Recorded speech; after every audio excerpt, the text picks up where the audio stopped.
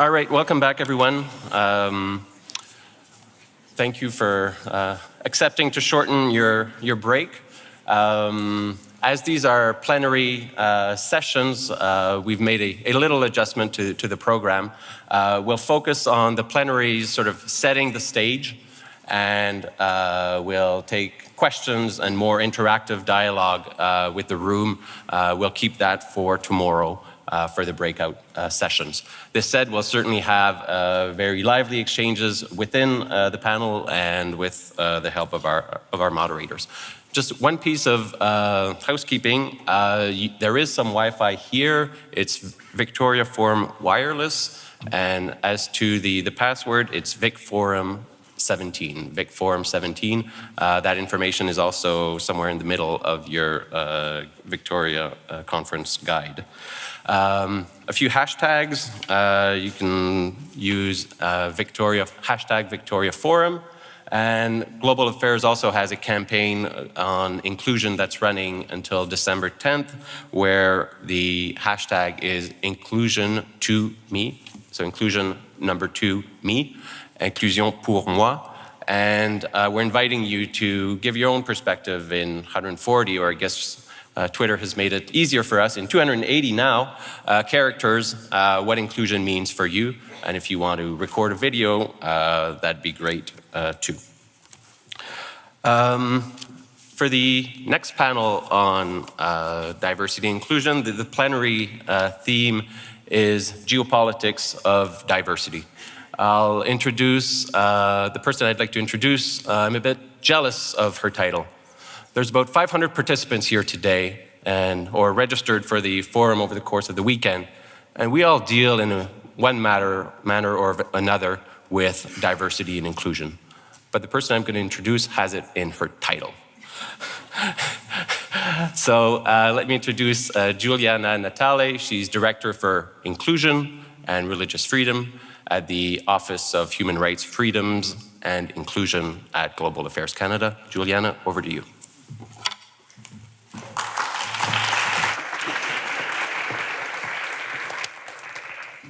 Merci beaucoup, Sébastien, and bonjour à tous. Good morning to all. Sébastien, I'm willing to share the title with you at any time. So, as Sébastien mentioned, my name is Juliana Natale. I'm the Director for Inclusion and Religious Freedom within the Office of Human Rights, Freedoms and Inclusion at Global Affairs Canada. And I'm really honored and thrilled to be part of this conference today. Together with Professor Oliver Schmidtke, we are pleased to be able to present to you the next plenary session dedicated to the geopolitics of diversity. Today, cross-border mobility of goods, services, and people has reached unprecedented levels both in North America and around the world. At the same time, security concerns in the wake of terrorist attacks have led to the fortifications of borders globally. Moreover, fear of ethnic, cultural, and religious other has rapidly led to the rise in xenophobic sentiments. In the face of growing populism, xenophobia, and violent extremism, it is important, now more than ever, to consider inclusion as a strategy to address complex global challenges and to emphasize the benefits we enjoy when we successfully leverage diversity as a strength. The plenary session towards a global inclusion agenda, domestic and international perspectives, will explore the benefits of diversity, openness, and inclusiveness.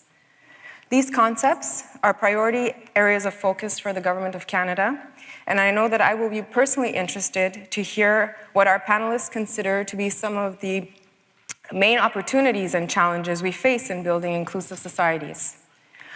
Our panel is comprised of 3 internationally renowned experts, and it is my pleasure to introduce them to you today.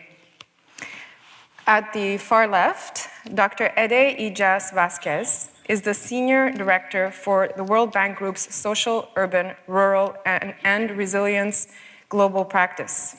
He leads a team of over 600 technical experts who are deployed around the world, leveraging global knowledge and collaborating with partners to help tackle some of the world's most complex development challenges.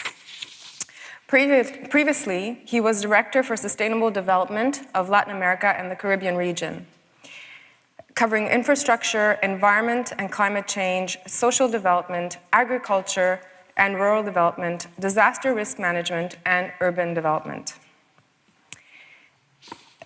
Sitting next to Dr. Vasquez is Dr. Laurie Beeman. Laurie is Canada Research Chair in Religious Diversity and Social Change and Professor in the Department of Classics and Religious Studies at the University of Ottawa. She is Principal Investigator in the Religion and Diversity Project, a 37-member international research team whose focus is religion and diversity. She is also the 2017 recipient of the Social Sciences and Humanities Research Council of Canada's Impact Award in the Insight category. Dr. Beeman is a member of the Fellow Faiths and Civil Society Unit at Goldsmith, University of London, and she is also a member and past president of the Association of the Sociology of Religion. She is also Vice President of Canada's Corporation for Studies in Religion and elected Canadian Council member of the International Society for the Sociology of Religion. Next to Laurie, we have Lord John Alderdice, a member of the House of Lords of the United Kingdom and the Commissioner for the Commission of Freedom of Religion or Belief in Commonwealth countries. He is the director for the Center of the Resolution of Intractable Conflict at Harris Manchester College in Oxford University and the chairman of the Center for Democracy and Peacebuilding at Belfast.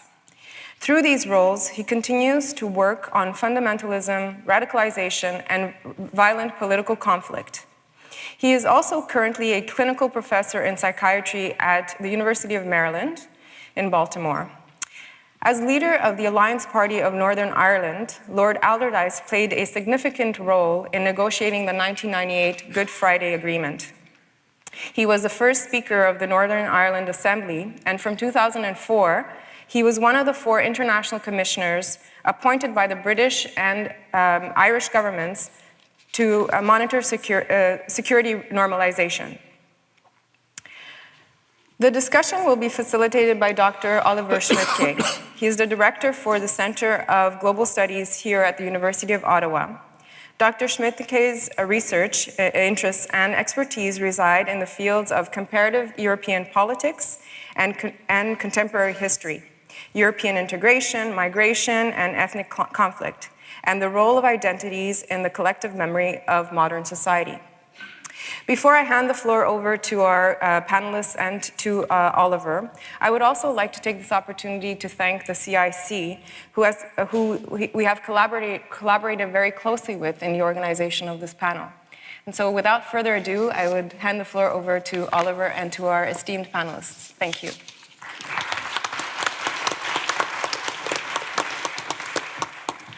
Thank you very much, Juliana.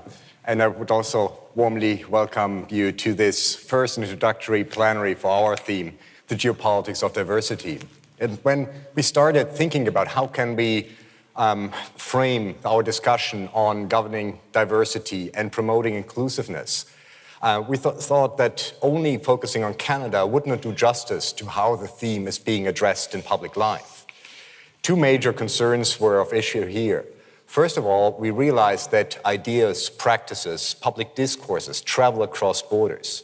In this respect, we might have a very distinct national model of multiculturalism and dealing with diversity in Canada, but yet we are not immune or sheltered from what's happening south of the border or in Europe in terms of also troubling developments, in terms of a rising populist mood, new forms of exclusionary forms of nationalism.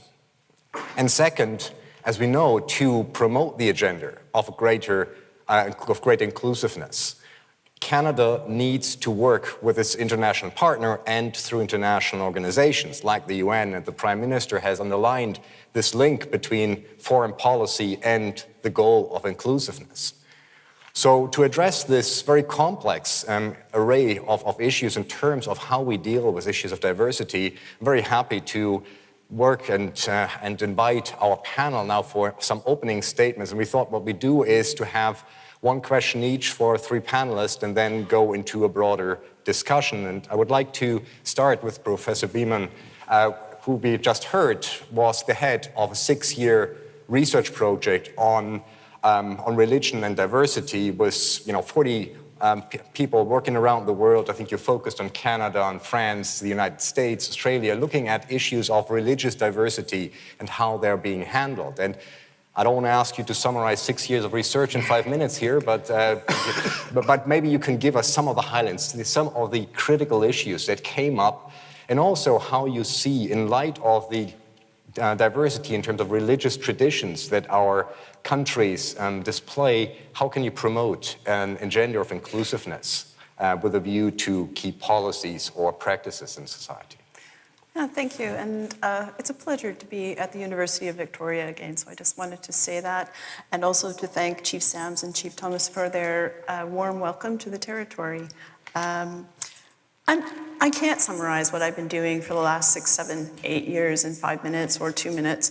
What I wanted to do is maybe just talk first about what I and other people are describing as the new diversity. And as I understand my role on the panel this morning, it was to really give a picture of the domestic, if you will, domestic picture, and maybe a few hints at how that relates to the broader international scene. So the new diversity in Canada is made up of a few components, and no doubt I'm missing some, but I'm just wanting to throw some ideas out to get us started in thinking about this. I focus on religion primarily, but religion is not an isolated category, and it's not an isolated identity for people. It links to other identities, and I think it's really important to realize that. So the new diversity is made up of several factors or components. One is increased visibility of religious minorities in Canada, primarily through migration, immigration. And to be really clear, this increased presence and increased numbers of groups these groups have been here all along. These groups have been here since the beginning of the nation that we've called Canada. But there's an acceleration of their presence. And the acceleration of presence means an increased visibility. And the increased visibility has consequences. Some of this increased visibility we can see in some of the court cases that have been heard in Canada in the last, say, decade. The Multani case, the young man who wanted to wear his kirpan to school. The NS case, the woman who wanted to wear her niqab to give evidence, Zunira Ishaq, who wanted to swear her citizenship oath wearing niqab. So these are the sorts of cases that have come before the courts. So that's the first piece of this. The second piece is really important as well, and that second piece is the increased numbers of people who self-describe as non-religious. For the very first time in our history, we have about a quarter of the population saying, I have no religion. Now, many people jump to the immediate conclusion that this group is made up of atheists, which is not the case. Atheists make up the tiniest proportion of this group. But we really don't know much about what this group of people is actually doing, what they believe, what they're doing, what their practices might be. There are various terms to describe them. One of them is non-believer, which I think is probably the worst term to use, simply because it implies that they don't have beliefs or practices. Excuse me, so this group, about 25% of the population, 23.9, 24% of the population in Canada. Now, to link this to the international scene, in Australia, the proportion is about the same. In the UK, it's some surveys, the YouGov survey that was done shows over 50%. And there are implications to this as well. And again, this is a range of people, humanists, atheists, so-called non-believers, and people who are indifferent. They just don't care about religion. They don't know much about religion. They don't care about it. They don't really want to hear about it necessarily. So that's the second piece of this new diversity in Canada and elsewhere as well. So these are not exclusive to Canada, but I'm trying to give you a quick snapshot of the Canadian picture as well. This has also made its way to the courts, and some of you may remember the Saguenay case that was before the Supreme Court a couple of years ago. An atheist man in Quebec objected to the saying of prayers before municipal council meetings and also the presence of a crucifix in the council chambers. What you might also remember was the reaction across Canada. So a lot of people wanted to characterize that as a Quebec issue. But it turns out there are a lot of prayers being said before council meetings in Canada. And they look pretty Christian, but I'll come back to that in a bit. And the final piece of this new diversity is the piece that we've heard quite a bit about so far at the Victoria Forum, and that is the Indigenous piece. So a revival, a recognition that there is a necessity for reconciliation. Part of this reconciliation involves Indigenous spiritualities, and I use the plural deliberately. This morning, for example, we heard John Burroughs talk about love. That's not something, and I've learned a great deal from John, and I'm very grateful for his scholarship and his words. Love is not something we hear talked about a great deal, and he explained to us a little bit about where the notion of love comes from. We also heard Sophie talk about respect, another idea or term or practice that is filtering through, and again, pulling in the piece of the environment, which is a key theme in this forum as well, that I think we should not lose sight of, and what that means. So, summarizing here, Canada's becoming increasingly religious diverse and increasingly religiously diverse and non-religiously diverse. So this is a change in degree, not kind. And what it means is we're renegotiating all kinds of things. And that renegotiation is absolutely necessary for inclusion. To give you some concrete examples of what that renegotiation means, it means, for example, talking about assisted dying in a different way. It means, for example, that churches and particular Christian visions of what it means what suffering means has become no longer the only acceptable way to think about how people might want to die. It means reframing palliative care. It means asking questions about religious symbols in the public sphere.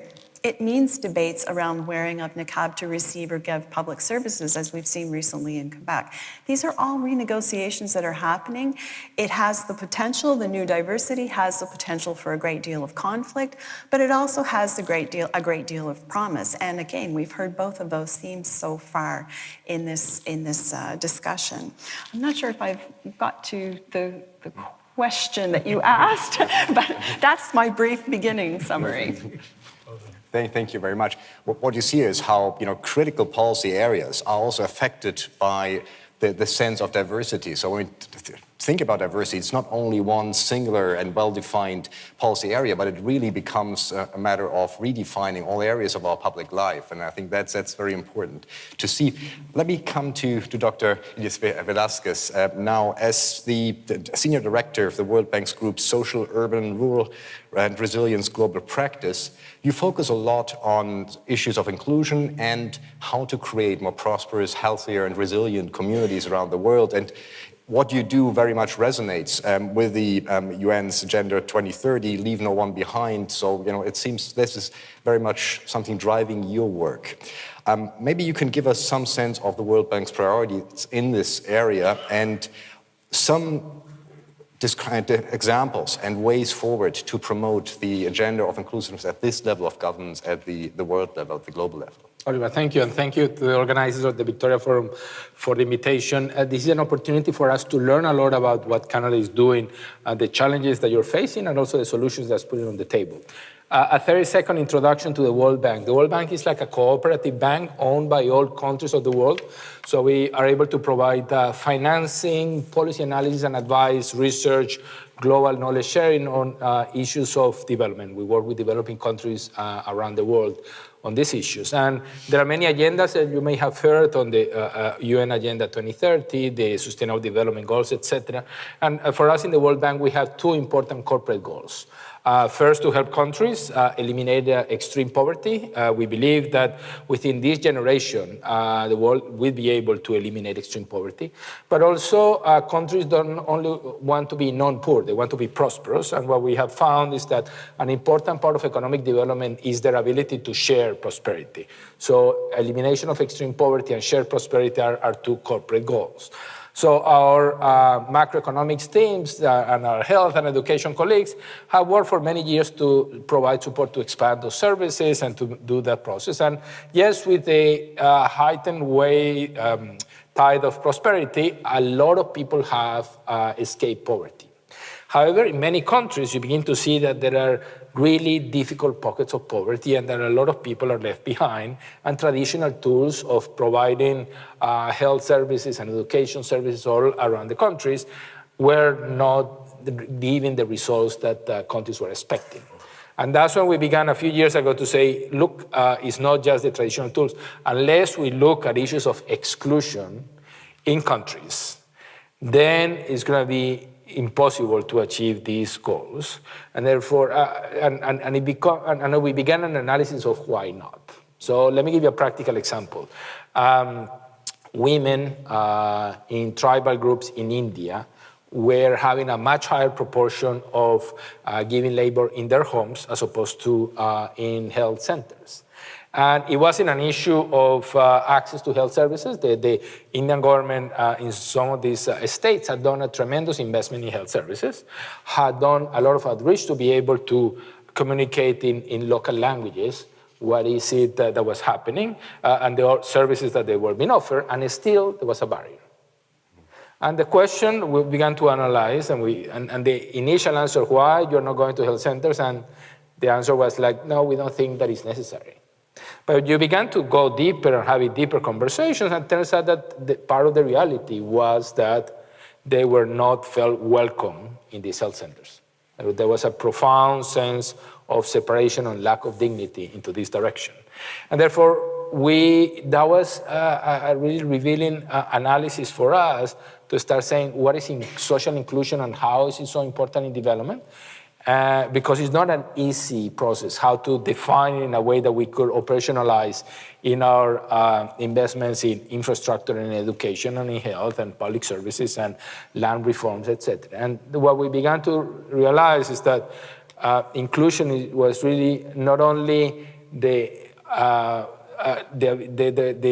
increase of the ability and the opportunity of excluded communities to access markets and services and spaces, but it was also the sense of dignity that societies confirm to these excluded communities. And it's kind of unusual for a financial organization, bankers talking about dignity, but we began to realize that unless behaviors and changes, all that process was an integral part of the programs, you would not be able to reach that process. So in that context, we also began to say, look, many of the root causes of exclusion may be similar, and the problematics of each country and each excluded group varies a lot, and all the way from indigenous peoples and ethnic minorities in different countries, people with disabilities, LGBTI community, excluded and marginalized youth, all the way from gangs to radicalized youth.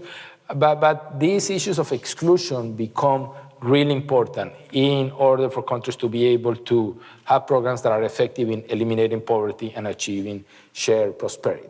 So it's a journey that we just started a few years ago. It's one where we are learning and testing a lot. It is a combination of influencing the way in which programs get designed, in which policies are put together.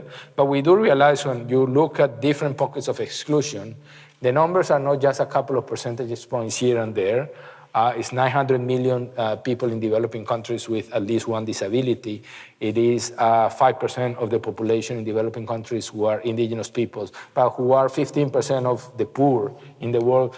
So they have a disproportionate representation in the poorest members of the community, in the excluded members of society. So it becomes an integral part of the transformation that we're trying to do within our institution. Thank you very much.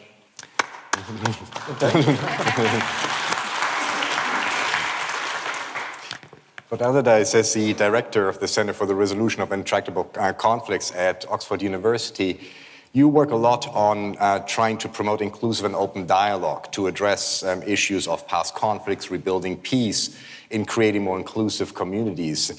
And I was wondering, with this diversity-based mode and focus on inclusion, you can tell us a bit about your efforts of peace building. We heard about your experience in Northern Ireland, you know, a dramatic case of trying to overcome long-standing lines of conflicts. And maybe you can give us a sense of how the international community can contribute to local efforts for establishing inclusive government structures, educational system, and judicial systems as well. Well, thank you very much indeed for the invitation and the welcome, and the opportunity to engage with yourselves on this important issue. It's lovely to be back in Canada, lovely to be back in Victoria. And I've got good news and bad news for you. And it's the same news. It is that there's a big difference between yourselves and the people south of the border. The people north of the border here tend not to realize how good they are, what an extraordinary country they've got, and how far in advance they are of most other countries in the world. And so when you asked me the question, for example, are there international examples and benchmarking, the truth is, in many of these situations, you're way ahead of the rest of the world. So when in Northern Ireland we were looking for people to help us, one of the countries we came to was Canada. General John de Chastel, your former Chief of Defence Staff, was a great help to us. And I see David Angel is with us today. He was there right at an early stage in the peace process. Judge Corey came to help us deal with some very difficult legal cases. And when I was the Speaker of the new Assembly that came out of the Belfast Agreement, I brought many of my colleagues to Quebec and to Ottawa. And I sent some of our staff to the Parliament here and took some of your staff to the Assembly in Belfast, because you have, from a very early stage, been working with division, religious and national differences between Francophones and Anglophones, for example. It's right there at the heart of building Canada. And so when you look around and expect that others will be well ahead of you, you shouldn't assume that. That's not to say that you've everything sorted. You all know that that's not the case. But the good news and the bad news is that you are making efforts, and you are in many ways an inspiration for other people around the world. And that's particularly so because of your political leadership at the moment. See, when we were working at the Northern Ireland peace process, and we reached the agreement almost 20 years ago, the sense amongst global leaders was that they were leaders because they resolved conflict. Gorbachev, Clinton, Mandela, de Klerk, George Mitchell. Now global leaders see themselves as leaders because they conduct conflict, not resolve it. This is a very different context. I'm not at all sure we would have been able to succeed in the peace process in Northern Ireland if it was happening now. One of the containing environments for us was the European project. It brought the British and Irish governments and ministers together and helped us to address the three contentious sets of relationships between Protestants and Catholics in the north, between people in the north and the south, and between Britain and Ireland. And Europe was the containing environment. Now Europe is a further problem. It's the fourth set of relationships that are a problem for us. So we're working in very difficult circumstances. And I raise that with you because as we come together here in Victoria, I rather suspect that about 99% of the people who are here are all of fairly one mind about what they would like to see by way of diversity and inclusion. And you can get to thinking that that's the way the majority of people think. But it isn't. And it's one of the great difficulties in Europe, which has led to the Brexit vote and the rise of the AfD in Germany and problems in Austria and in the Netherlands and in Italy and in France. It's also something that's led to the vote for President Trump in the United States of America. Many people who would regard themselves as liberals and progressives have engaged with people who think in a similar kind of way and then are totally shocked when results come out by way of election that are the opposite of what they wanted. So I think it's really terribly important to be quite realistic about the challenges we face. And in Northern Ireland, when we were trying to deal with our problems, we were fairly realistic that we were dealing with around about 1,000 years of problems. And by the way, we were able to fight amongst ourselves long before England was England. The people in the north of the island fought with the people of the rest of the island, and they brought in their friends from Scotland to help them. And they generally lost. So not a lot changes.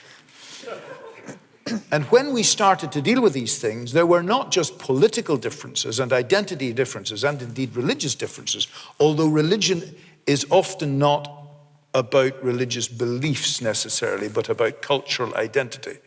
The IRA weren't planting bombs in support of transubstantiation, you know. But that doesn't mean they're unimportant things. I mean, for example, if you ask many Jewish people, are you a believer? They will say no. But they will be absolutely clear that they are Jewish and prepared to fight and die for it. So we need to tease out a lot of these differences. And one of the important things for us was to understand that in engaging with each other and trying to resolve our problems, we had to understand different ways of being in the world. And I was very interested to hear some of the contributions yesterday and today describing these ways of being in the world.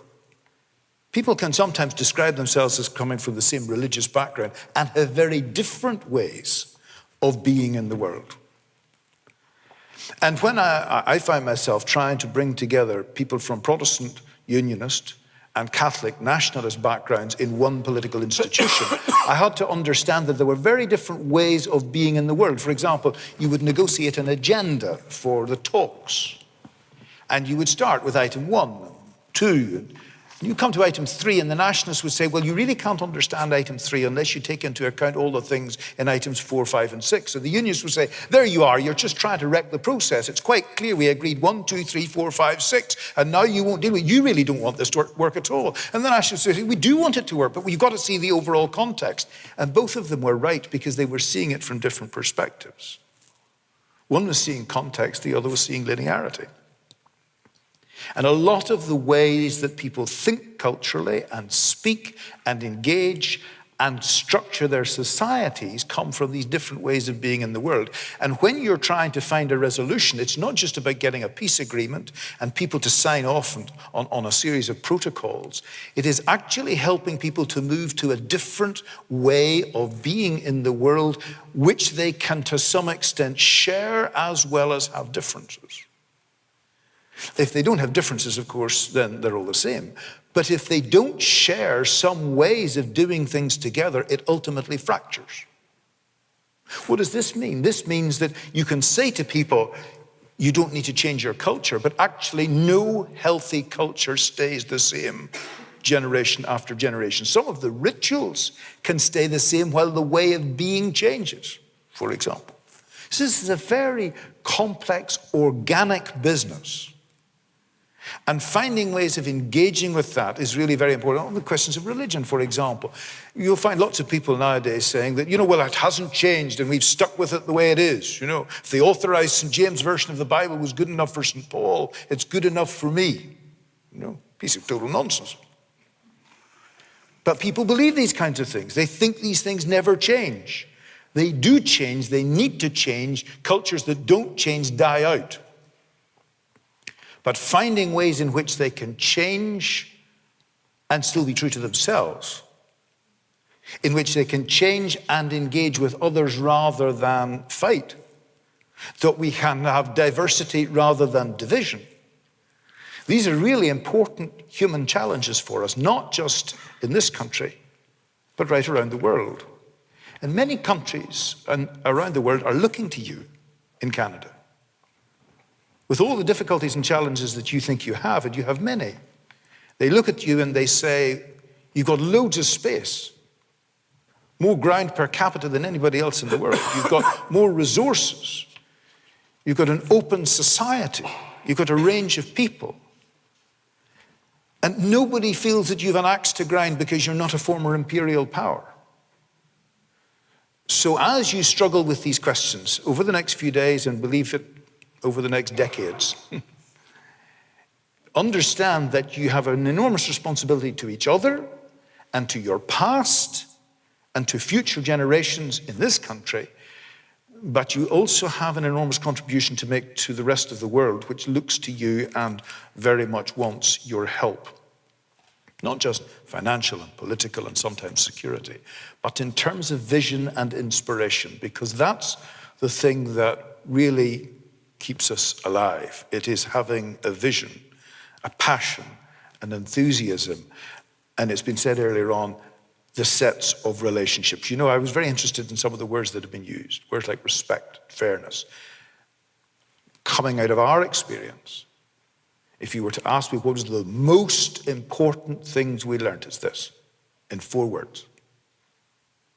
The first is that in every situation I've gone to around the world where there's been violent, intractable political conflict, there's been at least one community that felt disrespected and humiliated. Everyone. In every one of them, there's been a community, at least one, sometimes more than one, that's felt they've been treated deeply unfairly, and they haven't been able to resolve it. The third thing is that, try as they might, they have not been able, through peaceful democratic means, to resolve the problems, and that's why you find violence emerging. Sometimes violence against others, and sometimes violence to ourselves, in terms of physical and sexual abuse, drunkenness, drug addiction, all sorts of physical problems, the turning of aggression into ourselves. And the final word, in addition to respect, fairness, and peaceful democracy, is relationships. That is really what it's all about. And it's not just relationships between individual people. That's the key. It's about relationships between groups of people, relationships between large groups of people. It's not about individual psychology. It's about large group psychology. And that's one of the things that makes it a delight to be here, because I can see that in action. Thank you.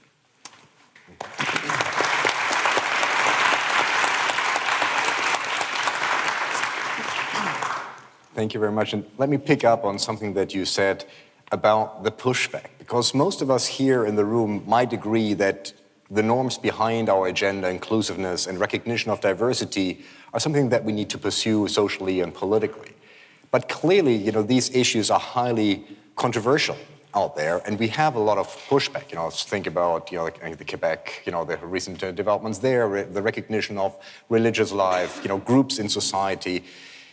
Where do you see the pushback on the agenda of inclusiveness comes from, and what are the main arguments that are brought forth to say, this is something we should stay away from? For example, supporting the recognition of particular groups, religions, and so forth. And how can we win over these constituencies that have very strong and, very at times legitimate concerns about how we organize our diversity in society? Or do you want to start us off again, since this has been, I understand, part of what you've been doing in your shared partnership? Yeah, one of the things that concerns me is the tendency to have preconceived notions about who people are. And here, of course, I'm thinking primarily about religion. So you mentioned some of those people, this is how it's always been, but I'm also concerned about how we impose identity categories on people. And that's one of the things that the research that I've been doing and the team I've been working with has consistently shown. There's a great deal of texture in how people do religion, if you will. And so I want to give you one example. Let's think about the Syrian refugee crisis and how Canada very generously received quite a number, I'm not sure what the number is now, 40,000 perhaps, of Syrian refugees. But I've looked closely with a colleague of mine, Jennifer Selby, who's at the Memorial University, and we've looked at how is it that people were talking about receiving Syrian refugees? Receiving Syrian refugees was imagined, Syrian refugees were imagined in one of two ways, either Orthodox Christians or Muslims. Orthodox Christians in need of protection and Muslims who needed a mosque. And I think we have to ask ourselves, how is it we imagine people? So some of the research we've been doing on the ground would suggest that, for example, the Muslim Syrians did not necessarily need a mosque. And so there was a great deal of discussion about small towns being unable to accept people because they simply didn't have the facilities. Imagining people as being religious in a particular way is something I think is really important. Caution. Don't assume identity rigidity, assume texture. And this is extremely difficult when we're thinking about inclusion. It's extremely difficult to, if you will, move with the moment and to try to be appreciative of the nuance that many, many people bring, the nuance, to use a word John used, the nuance that people bring to their own religious identities, but the ways in which those identities weave through other identities. And for me, and again, touching on some of the other points that the panelists have made, looking for points of similarity, looking for points, not sameness. And I want to be really clear, I'm not talking about sameness. And as we celebrate, and that's been another theme, celebrate difference, but what are the points of similarity? And I'll give you one quick example from an interview that I personally did in Newfoundland, because I do interviews, but I also have a lot of people who work with me who do interviews. And it was a study specifically on how Muslims negotiate their identities in Newfoundland. Believe it or not, there are Muslims in Newfoundland. And the one woman we interviewed, we asked this really silly question, I think, now in retrospect. And we were asking people, what can the state do to help you as a Muslim? And we're looking for things like, there's not enough halal food options, or recognition of holidays and celebrations and religious days of religious importance and so on. So these were the sorts of things we were imagining.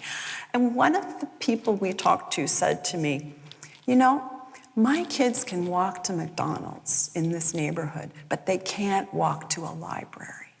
And that's what I want my kids to be able to do. I want them to be able to walk to a library. Now that seems like a really simple story, but I think that's a really good illustration of how when we imagine who people are based on one particular identity category, it can take us on completely the wrong track. And it may seem like, as I said, a simple lesson, but I think it's a really profound lesson. Thank you.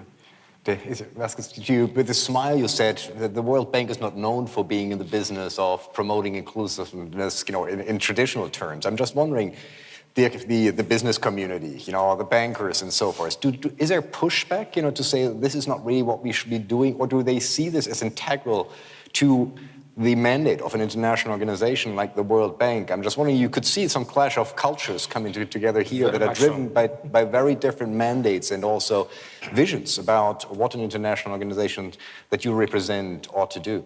Very much so, and I think at least at 3 different levels. One, first clash is actually the assumptions and the traditions and the behaviors that many government officials that we work with have vis-a-vis excluded communities. So in many of the conversations when I sit with ministers of health or ministers of water, the reaction is that, no, these indigenous people, they have the culture, and therefore it's just impossible to provide services to them. Or that's the way they are, and therefore we tried in the past and it doesn't work. And therefore those assumptions that actually, when you go deeper and you analyze, they become part of the culture. Even some of the educational books or the educational materials have very intrinsic assumptions of exclusion vis-a-vis Afro-descendants in Latin America or about ethnic minorities in Vietnam. And therefore that first barrier is the first one. The second one is, look, you are an international organization about development, and therefore this is the way we are as a nation. And this is, but the way that they describe as a nation, as a culture, is the predominant majority culture into this process, and therefore opening up dialogues to say, look, we have a common objective of eliminating extreme poverty, and therefore the general traditional policies may not be able to reach those excluded communities, may open that, but it's not just an issue of providing more libraries or providing more schools alone, meaning the opportunity. It's also how to be able to make those welcoming places for excluded communities into this process. And then finally, even when you open up those doors, there's common an additional question, which is individuals don't have a single identity, as you were saying. So it's not just an issue of working for indigenous communities, but actually within the indigenous communities, if you go to Bolivia, And if you are a woman, you have a much lower educational attainment level. If you are a woman who is an indigenous person, then you have an even lower level. If you are a woman, indigenous person, head of household, you're even lower. If you have a small child with a disability, then it's even lower. And therefore, there are many multiple dimensions of identity that becomes complicated. And therefore, when you're coming and saying developing programs for indigenous communities, then coming and having a dialogue within the indigenous community to say the cultures and traditions for women or for children with disability, because in many of these cultures, it may be seen that a child with a disability has been a punishment for something, and therefore it's not a member of the family that you want to bring into society, but it's somebody that you want to hide. And therefore it becomes a complicated process of dialogue to say the multiple dimensions of exclusion and how they get combined sometimes clash into traditional cultural behaviors into this process. So we are unpacking those kind of issues as we evolve into this space. Thank you. Dr. Beeman just described how sometimes identities can be quite divisive, or people feeling threatened. And Lord Elder, you come from a country that has just seen quite a bit of resurgence in identity politics. You come from a European country, but maybe at some stage no longer an EU country. With the Brexit vote, there was a clear, outpour of or resurgence of a more exclusionary sense of nationalism. And I'm just wondering, how do you read this, right? In a world that is, in particular in the European context, so diverse, right? The linguistic traditions, the cultural traditions. By definition, Europe is in a way, a continent of diversity. But there seems to be a lot of pushback at the moment to say, we want to have more clearly, less complex, defined society in which we have these boundaries between identities. Just how do you read this in light of what you've done in Northern Ireland that seems to be very much in opposition to what we see at the moment? In a way, that's true. But I think we have to understand a number of things about the human condition. The first is, try to face it as it is, not the way you would like human beings to be. Right? There are downsides and difficult parts of human beings as well as nice ones, especially when they get into large groups. The second thing is, don't assume that everybody sees things the way that you do, in a very specific way. There are about 25% of people who really like difference, diversity, different kinds of people coming in and out, cultural enrichment, and so on and so on. They're generally a minority of people in communities. They're often the intelligentsia and the chattering classes and so on. But the majority of people find those things to be threatening and difficult, particularly if the changes take place quickly.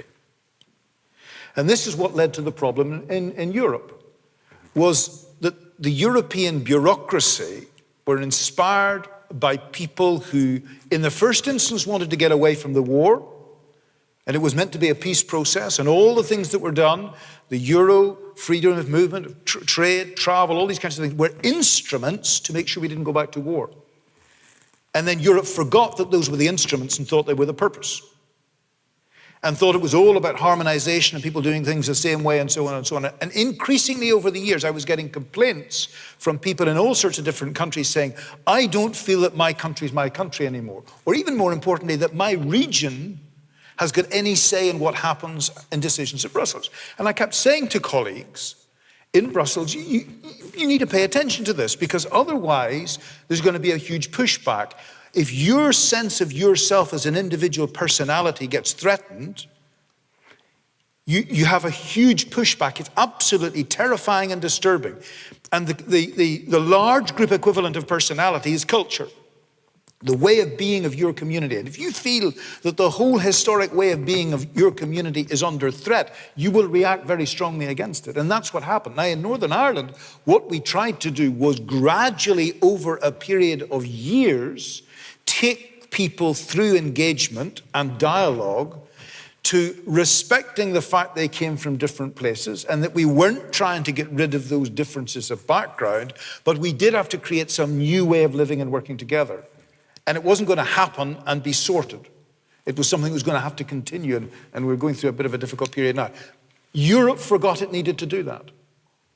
And so my strong sense is that if you're wanting people to change, don't push them to change too much, too fast. And the other thing is, don't feel that you will ever be able to deal with diversity and inclusion completely.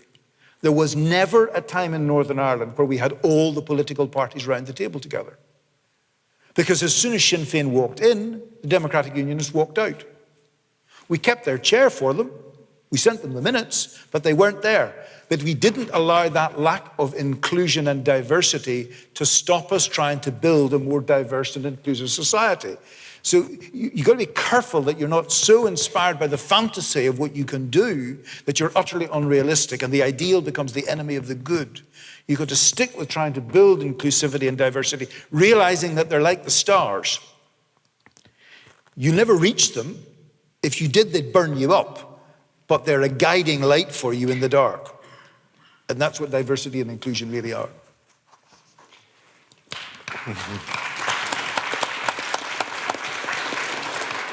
I see the clock ticking down here. What I'd suggest I do, I have one more rather difficult question for the panel, and then maybe we can take 2 or 3 questions from the floor. I know we have time tomorrow to go over some more detailed issues related to our track. But before we turn over to you for 1 or 2 or 3 questions, I would like to ask you, we've heard now about inclusion quite a bit, and it seems one of the challenges is, in terms in particular when you try to build policy and approaches, it's very hard to measure the success of inclusion, because we have heard terms like respect, belonging, community. And these things in policy terms are difficult to measure. The World Bank has clear indices for well-being and social rights and so forth. But it seems there's a dimension of identity that is also hard to negotiate. You can negotiate rights, unions, and how much you get. But when it comes to the recognition of particular groups and identities, it seems to be more difficult. So what are the measurements of success when we talk about successful inclusion and recognition of diversity? Do we have those, or is this a matter of, do we leave it to the deliberation of, what you suggested at the end of your comment here, of those groups involved in the process? Anyone who wants to take this question that takes us in a way, when we try to translate our fundamental and normative commitment to the recognition of diversity and inclusion, how do we do this in terms of policies, approaches, whose success we can measure, and who come with criteria that we could use to underline when have we been successful? Look, from our perspective, while we do research that question of social inclusion in general, actually, for the countries we work with, the question is even more basic. It's actually counting numbers of excluded communities and counting the number of individuals with multiple dimensions of exclusion. For example, having good numbers and understanding of peoples with disabilities in many of the developing countries is extremely difficult. The numbers are not there. Having a good sense, for example, of race, Afro-descendants in Latin America, once you start figuring out ways of counting the multiplicity of dimensions within just that single term, it makes the whole issue much more complicated. So what we're focusing on right now is practical ways of even counting, because once you count, then at least you're going to be able to understand how the government programs are reaching in terms of markets, land and property rights, or services like health, education, social protection, or even on the spaces of political participation, of cultural participation, and the like. Yes, we are exploring indices because eventually down the line we may be able to look at, we do surveys in the issues of acceptance, of dignity, of respect. But still, I think we are a little bit a long ways into this process altogether. So we're here to learn how you are all thinking about the topic. Thank you. I think if you're going to use indices, you've got to be very careful on 2 fronts. The first is that an index which may be very useful at one point may not be very useful at another point. One of the pieces of work that I did whenever we were coming out of the talks and out of the peace process was, along with 3 other colleagues, we were trying to monitor security normalization. And we counted things like the number of people that were shot and killed, the number that were shot and injured, the number that were beaten up, why this was the case, the number of robberies that were associated with the political, and so on and so on. And that was very appropriate for that particular period, because we were able to take the measurements and show that things improved, and then there was a political difficulty and they shot up, and then there was an improvement and so on. But finally, we got to a point of saying to the government, please abolish us, because if we keep doing these reports, we're actually going to show that there were 4 fights in a pub, and that really isn't a big deal, you know. So then you start using other kind of indices to show improvements. For example, how many of the marches, and there are 2,500 or 3,000 marches every year, how many of them had violence at the end of them? And it started being a larger number, and then it got smaller, and then it was only 2 or 3. So then that's not much use for you as a further index. So I think you've got to be careful about using appropriate indices for whatever the period is. And the final thing about indices is always have a bit of skepticism about them, because this is about the relationships between communities. Now, if my wife feels annoyed with me, and she does from time to time, and I start to give her some index of the things I have done for her, right? I'm more likely to get a punch in the nose than some kind of appreciation that according to the protocol, everything's going fine. And so I think we always have to keep that kind of human dimension in mind when we're talking about communities as well as individual relationships. Laurie? So measures of inclusion. I think there are some basics that we can start with, and inspired by the conversation last night. Do people have a safe place to live? Do they have clean drinking water? Do they have food? So if the answer to that is no, then I think we have to conclude that's a pretty basic measure of inclusion, but I think we start there with that. And then we move to the next question, which might be, do they feel included and able to express themselves? Whether we're talking about sexuality, whether we're talking about wearing a head covering as part of a religious belief, and so on. So can they express who they are? And so then we can move to that next level after we go to the basics of food, water, shelter, basic education, and so on. And I think we covered some of that last night. Then maybe asking people whether they feel discriminated against. Do they feel included in conversation? So we can move layers and we can shift the conversation and shift the questions through time, depending on where we are. I think that's an incredibly astute observation. Are your ancestors honored? And that question may be answered in different ways, depending on who you are and depending where or how that's important to you. Is there a place for your story? And again, we've started that conversation last night and continued it today. Is there a place for your story? Do you feel that your story is known and valued and respected? And respect is indeed a key word. Do you feel cared for by the people around you? So those are all kinds of measures, going from, I think, a very basic measure. If we answer no to that, then, and I think we're in this position right now in Canada where we should and are feeling a bit shamed about the no to the basic questions in relation to our Indigenous populations. But then the other questions too are part of this. And we may ask these different questions as measures depending on where we are and the time and the place.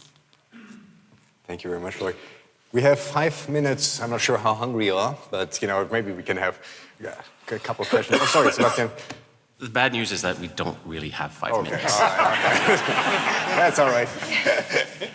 The common thread throughout the day is diversity, and I have the difficult task of managing diverse interests and diverse panels and diverse time constraints. So if you allow me to cut this short, but the table is certainly set, figuratively and literally. I'd invite everyone to thank the panel for a very great, the panel and the moderators.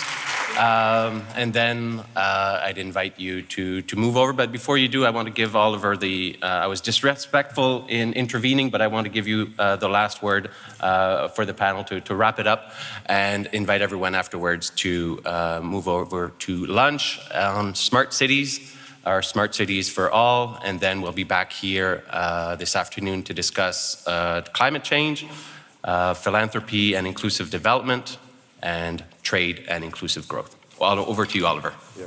No, I want to echo what you've just heard. You know, a wonderful discussion. Also, it was rewarding to hear that we do something right in Canada. You know, they look at Canada in particular when it comes to managing diversity or governing diversity in this country. And I hope we will have more opportunity tomorrow on various accounts to discuss critically also our achievements in this respect. But it was wonderful to hear your perspectives, the international, the domestic one, and I would like to thank you as well for being here with us today.